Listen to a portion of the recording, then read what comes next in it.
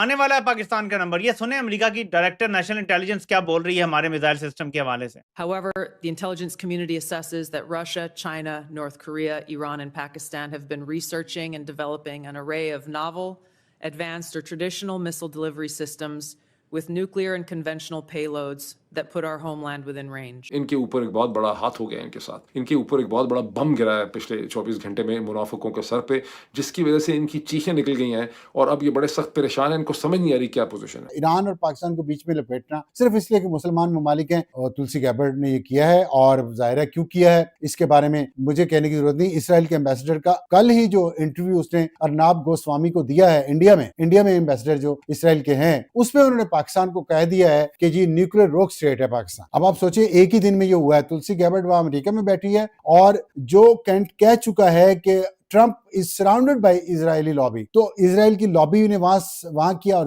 یہاں اسرائیل کا ایمبیسڈر بیٹھا انڈین ٹی وی چینل پہ یہ کہہ رہا ہے ارناب گوسوامی کو.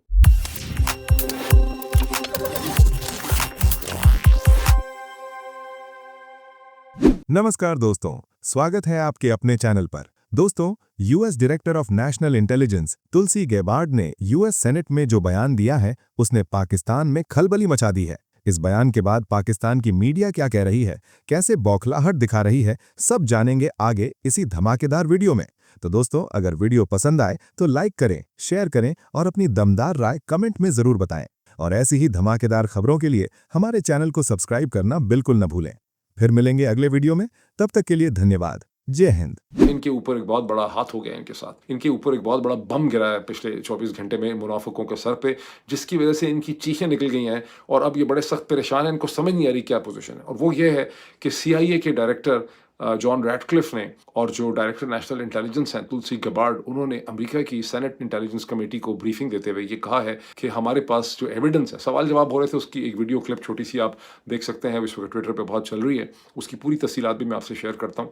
لیکن اس میں ایک سوال کا جواب دیتے ہوئے انہوں نے کہا کہ روس، چین، نارتھ کوریا، ایران اور پاکستان جو ہیں وہ مسلسل ایسے میسائل سسٹم بنا رہے ہیں، ڈیلیوری سسٹم، جس میں nuclear and conventional payload جو ہیں وہ امریکہ تک آ سکتے ہیں. یعنی دور تک مار کرنے والے میسائل سسٹم جو ہے وہ پاکستان بھی ڈیزائن کر رہا ہے، ریسرچ کر رہا ہے، بنا رہا ہے، جو امریکہ کے لیے ایک خطرہ ہے. اب چونکہ تلسی گیبارڈ نے یہ کہا ہے سینٹ انٹیلیجنس کمیٹی کے سامنے، یا مسئلہ یہ ہے کہ آپ سینٹ انٹیلیجنس کمیٹی کے سامنے جا کے آپ کو سچ بولنا پڑتا ہے، ادروائز آپ کی پرجری ہو جاتی ہے کہ آپ نے امریکہ کی سینٹ کو مس ریڈ کیا. تو انہوں نے یہ کہہ دیا کہ پاکستان بھی بنا رہا ہے. اب ظاہر ہے کہ ان کو ٹینشن ہو گئی، ان کو پریشانی ہو گئی، ان کے ہوش اڑ گئے. اور ہوش اڑنے والوں میں ایک صاحب جو ہیں ان کا نام ہے عابد شیر علی.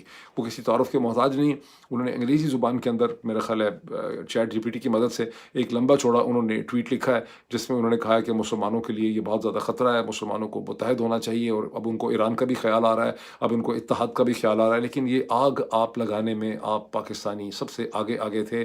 اپنے اقتدار کو بچانے کے لیے، اس کو لیجیٹیمیٹ کرنے کے لیے ہر وہ جرم جو ہو سکتا تھا کسی کرائم بک کے اندر، وہ اس پاکستانی رجیم نے کیا. لیکن اب ان کو یہ نظر آ رہا ہے کہ ہمارا بھی نام لیا جا رہا ہے. میرا خیال ہوگا ان کا ویسے کچھ بھی نہیں ہوگا، یہی کہ ان کے اوپر دباؤ آئے گا کہ آپ لانگ رینج مسل سسٹمز نہ بنائیں، اور یہ فوری طور پہ سجدے میں گر جائیں گے، ہاتھ جوڑ دیں گے، مائی باپ بالکل آپ فکر نہ کریں، ہم تو ایسے میزائل بنائیں گے جو نارتھ آف انڈیا سے بھی آگے کہیں نہ جائیں. کیونکہ اگر یہ لانگ رینج بنا بھی رہے ہیں تو یہ خدا نہ خواستہ کبھی اپنے خواب میں بھی، یہ بے ہوشی کے عالم میں بھی یہ نہیں سوچ سکتے کہ یہ کوئی ایسے مسل سسٹم بنائیں جو اسرائیل تک جا سکتے ہوں یا امریکہ تک بار کریں.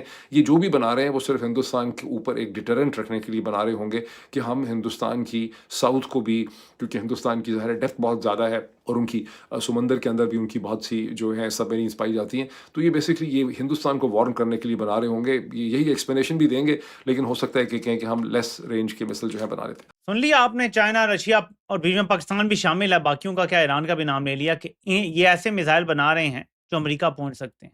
بھائی پاکستان کا ایسا میزائل بنا رہا ہے، پاکستان کے تو جرنیلوں نے کہا 2000 سے اوپر جانے نہیں دینا، 2500 میکسیمم ہے، یا 2750 ویسے کہتے ہیں شاہین میزائل کی ہے. لیکن مشرف نے آپ کو پتہ ہے روک دیا تھا سائنسدانوں کو کہ تم نے یہ انٹر کانٹیننٹل بیلسٹک میزائل کا سوچنا بھی نہیں ہے. دیکھیں، جرنیلوں کی ریڈ لائن امریکہ ہے، جرنیلوں کی ریڈ لائن اسرائیل ہے. ایسا کوئی میزائل نہیں بنے گا جو ان دو ممالک کو پینیٹریٹ کر سکے، ان کے دفاع کو پینیٹریٹ کر سکے. ایسا کوئی میزائل نہیں بنے گا. ہمیں ہاں یہ ضرور کہا جاتا ہے کہ 2750 والا میزائل پہنچ جائے گا اسرائیل، لیکن یقین مانیں کہ یہ صرف کاغذوں کی حد تک. ایسا کوئی میزائل یہ بنائیں گے نہیں, صرف میزائل اتنا ہی ہوگا جو انڈیا کے ہر کونے میں جا سکے, اور وہ میرے خیال میں 2000 کلومیٹر انف. اس لیے یہ بات پھر کیوں کی گئی ہے؟ امریکہ یہ بات جانتا ہے, ہم نے تو یہ ہماری اسٹیٹڈ پالیسی ہے کہ ہم انٹر کانٹیننٹل بیلسٹک میزائل نہیں بنائیں گے.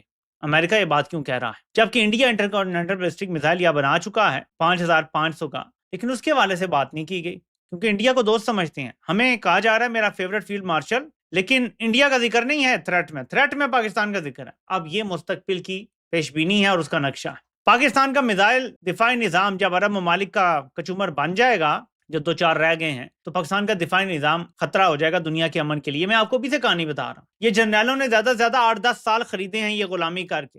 عزت کی زندگی جی لیتے تو شاید آڈز ان کے فیور میں آ جاتے ہیں, لیکن انہوں نے غلامی سے شاید 8-10 سال خرید لیے ہیں. لیکن قوموں کی زندگی میں 8-10 سال کیا ہوتے ہیں؟ اس کے بعد تباہی ہے. آپ کا میزائل نظام دنیا کے امن کے لیے خطرہ قرار دیا جائے گا, آپ پر سینکشنز لگیں گی. آپ کا ایٹمی نظام دنیا کے امن کے لیے خطرہ قرار دیا جائے گا, آپ پہ سینکشنز لگیں گی, اور سینکشن کا سلسلہ 10 سال میں شروع ہو جائے گا. یہ سینکشنز لگ گئیں تو ہمارا حال وہی ہوگا جو باقی ممالک کا ہوتا ہے. اس لیے میں ان جرنیلوں کو بار بار پیغام دینے کی کوشش کرتا ہوں اپنے ویڈیو کے وساطت سے کہ دیکھیں, آپ نے اقتدار انجوائے کیا, 78 سال ہو گئے, بلا شرکت غیر آپ نے اس ملک کو کنٹرول میں رکھا, آپ ناکام ہو گئے, آپ کو یہ تسلیم کرنا چاہیے. لیکن آپ کو یہ, اگر ملک ذرا سا بھی پیارا ہے تو آپ کو یہ قربانی اقتدار کی دینی پڑے گی, ورنہ جو آگے حالات آ رہے ہیں, پاکستان کا وجود تک خطرے میں پڑا ہوا ہے. جو حالات دیکھ لیں آپ دنیا کے ہو رہے ہیں.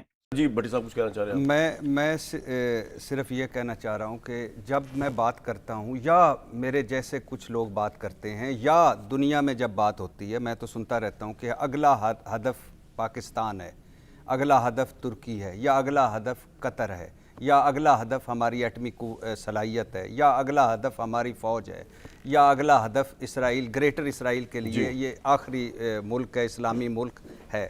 جو عراق, لیبیا, شام, لبنان, یمن, حزب اللہ, حماس, ایران, سارے جو بھی کانٹے چھوٹے بڑے تھے چن لیے, باقی سارے سجدوں میں پڑے ہوئے ہیں, مفادات میں ڈرے ہوئے ہیں, اپنی بادشاہتیں, اپنی حکومتیں, اپنا پیسہ, اپنی انویسٹمنٹ, اپنی دنیا کی خیر منا رہے ہیں.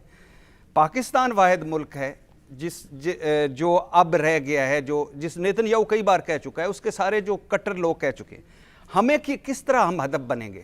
ہمیں جیسے ایئر مارشل صاحب بات کر رہے تھے کہ ہمیں سب سے پہلے وہ ٹکرے گا بذریعہ بھارت, پھر ٹکرے گا بذریعہ افغانستان, پھر ٹکرے گا بذریعہ IMF, پھر ٹکرے گا بذریعہ معیشت, پھر ہم پہ لڑے گا بذریعہ سیاسی عدم استحکام اور اندرونی نفرت اور تقسیم. اور آج یہ جو نفرت اور تقسیم ہمارے اندر ہے کہ کبھی مسلم لیگ اور پیپلز پارٹی اس طرف اور حکومت اس طرف, کبھی PTI اس طرف اور یہ اس طرف, یہ کوئی اندر کی نہیں ہے, اس میں بڑے بیرونی پلیئرز بھی ہیں.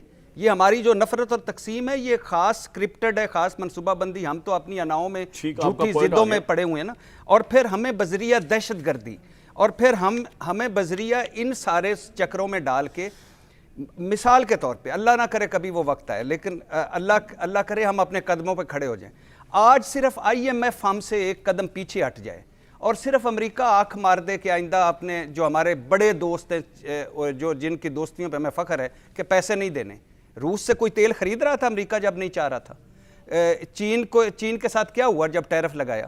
تو اگر امریکہ آنکھ مار دے تو ہم تو بھائی 4 دن بعد ہماری معیشت جیب میں آ جائے گی, ہم فارغ ہو جائیں گے. صاحب ہماری پوزیشن اتنی فریجائل ہے عامر صاحب کہ اگر امریکہ جو ہے وہ ذرا سا پیچھے ہٹ جائے, IMF وہ موڑ لے, ہم انٹرنلی اتنے ڈیوائیڈ ہوئے ہوئے ہیں پولیٹیکل پارٹیز یہ وہ, کہ ہمارا بڑا نقصان ہو سکتا ہے اگر ایسا ہو جائے. ہم امریکہ پہ ڈیپینڈ ہیں, IMF پہ ڈیپینڈ ہیں. ایسے دوسری بات ہے کہ یہ جو میں باتیں کر رہا ہوں یہ کیوں کر رہا ہوں؟ اس سے میں کوئی ڈر رہا ہوں, کوئی خوف زدہ ہوں, کوئی ملک چھوڑ کے بھاگ رہا ہوں, کوئی سامان باندھا ہوا ہے؟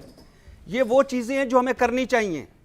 1971 میں آخری خبریں آئی تھیں کہ ہم نے دشمن کے دانت کھٹے کر دیے, تو ہمیں کیا کرنا چاہیے؟ اور اس کے نہیں 1971 کی بات نہیں, صرف ایک بات سنیں. 1971 میں آخری خبریں کیا آئی تھیں کہ دشمن کے دانت کھٹے کر دیے اور 7 ملک ٹوٹ گیا, 7 سرنڈر ہو گیا. ہم یہ کرنا چاہیے بھائی, ہمیں یہ ذہن میں رکھنا چاہیے. میں نے کہا ہے نا کہ مجھے اپنی فوج, اپنی ایٹمی قوت, اپنی قوم اور اپنے وسائل پر ہمیں اپنی معیشت کو بہتر کرنا چاہیے, ہمیں اپنی اندرونی نفرت تقسیم ختم کرنی چاہیے, ہمیں اسرائیل اور یہ ذہن میں رکھنا چاہیے کہ اب ہمارے دشمن ہماری چاروں طرف ہیں, بس سمپل. اور یہ ساری باتیں کرنے کی وجہ یہ ہے, یہ نہیں ہے کہ ہم کوئی بھاگ رہے ہیں, کوئی ڈر رہے ہیں, خوف زدہ ہو گئے. بالکل ٹھیک. ہر طرف آگ کا کھیل چل رہا ہے اور یہ وقت ہے ان کی گردن پہ پاؤں رکھ کے اپنی باتیں منوانے کا